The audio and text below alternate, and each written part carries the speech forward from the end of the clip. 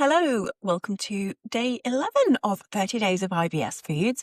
Today is going to be about cabbage, all kinds of cabbage, whether you can eat it and how you can eat it to minimize your risk of symptoms. So there are a couple of reasons why cabbage is so good for us. As a cruciferous vegetable, cabbage has got lots of antioxidants that are known to support a reduction in inflammation.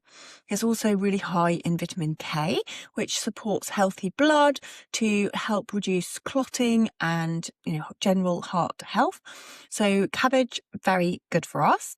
Cabbage may also be good at reducing your risk of getting type 2 diabetes.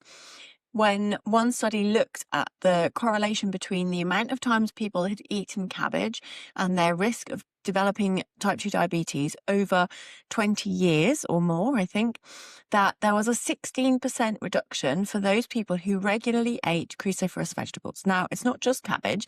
It also would include kale, broccoli, cauliflower, like they group them all together. But cabbage is a big, big part of these kind of cruciferous vegetables. So the reason it might have this effect on supporting blood sugar and glucose management, it could be around the fiber. There are also some really important antioxidants that are in cabbage that help with the liver. So one of them is sulphur. So there are so many beneficial compounds in these kind of vegetables, but some of them also then give us a problem with digestion if you are sensitive, particularly if you have sort of sulphurous type farts. You may find that eating cruciferous vegetables does make things worse. The antioxidant benefit is particularly strong in red cabbage. So that is down to the dark colour, like that phytochemicals that give the cabbage the colour, also help us manage day-to-day wear and tear, that oxidative stress. So this antioxidant, anti-inflammatory support is really strong in red cabbage. Now we know why you could or should be eating cabbage. Let's come on to how it may be impacting your digestion. So cabbage is high in insoluble fibre that provides bulk. It kind of helps the gut keep moving, pushes things through, and actually it also has soluble fibre that helps feed your beneficial gut bacteria. One of the compounds I mentioned before is sulphur, and when you eat foods that are high in sulforaphane, it can trigger gas, joint pain, and quite smelly gas as well. That's typical for sulphurous type overgrowth. So typically we see this in hydrogen sulphide positive SIBO, or whether you have hydrogen sulphide producing microbes in your large intestine as well. It might not just be in the small intestine, and this is creating high levels of gas. So sometimes when people have these high levels of microbes that create hydrogen sulphide gas, they really go crazy when they have high sulphur foods. Now, an interesting study, and I'm going to link it in the show notes, looked at a reduced sulphur diet and the impact on gut microbes and the impact on sulphur production after a reduced sulphur diet. What they found, which was really interesting, is those people who included high sulphur vegetables actually had a better outcome than people who cut out all high sulphur foods. So a low sulphur diet would typically reduce proteins, animal proteins such as meat, fish, egg, chicken, all of those things, cut them right down, as well as alliums. They were also quite high in sulphur, cruciferous vegetables, and then any like additives and things that use sulphur to preserve their foods.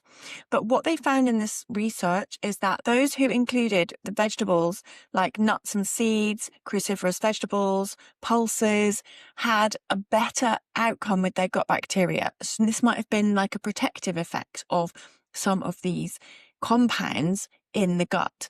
So whilst if you are sensitive to sulphur, the main things I would do is to try and limit your animal-based protein, limit alcohol and limit preservatives, and try to keep where you can these sulphurous foods in because of the benefits that come from them. So even if you have hydrogen sulphide SIBO or you have hydrogen sulphide overgrowth, then really do some small experiments, I think, with cabbage, with broccoli, and see how much you can tolerate. Now let's just come on to how to eat it. So cabbage is relatively low FODMAP. This was reclassified in 2025, meaning that a normal portion around 75 grams is low FODMAP.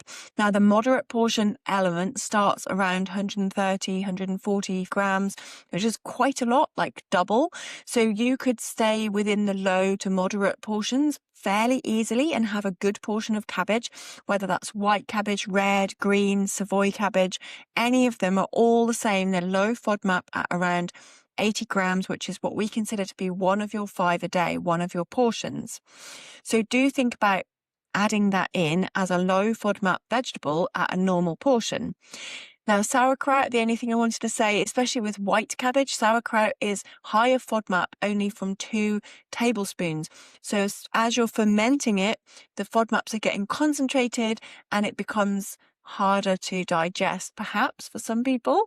So it's not quite the same that you can eat 80 grams of sauerkraut. It may cause you some issues. So if you love fermented foods, then by all means have 1 or 2 tablespoons at a meal, but you didn't really want to eat the whole jar. All right, join me tomorrow for another 30 days of IBS foods.